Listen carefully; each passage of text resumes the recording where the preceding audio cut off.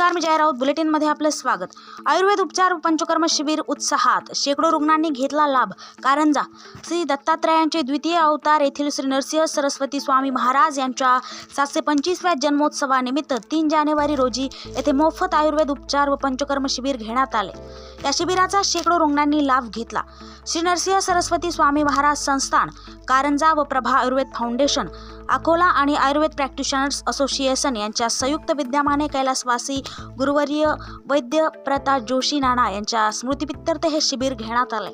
शिबिरामध्ये वातविकार, पोटाचे आजार, त्वचारोग, पाठीच्या मणक्याचे आजार यावर आयुर्वेद औषधी व पंचकर्मद्वारा उपचार करण्यात येऊन त्यांना मोफत औषधींचे वाटप करण्यात आले.